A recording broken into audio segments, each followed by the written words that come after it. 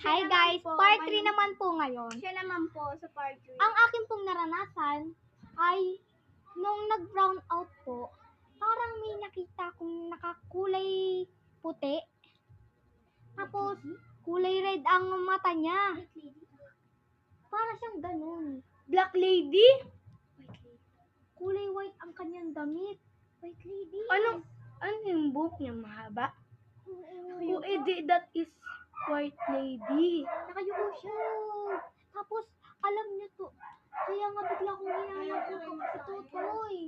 Kaya bigla ko siyang niyakap. Oo, bigla kong sumigaw. Ayaw sumigot tayo nun. Oo, Di sa labas na naglalaro tayo. Tapos nang bumili ako, yung tumakbo ako. Yung pagtakbo ko, bumibili akong diapers. Tsaka ako siya nakita, para niya akong ginabol. Oo, yun yung totoong nangyari. Tapos yun lang po naranasan ko.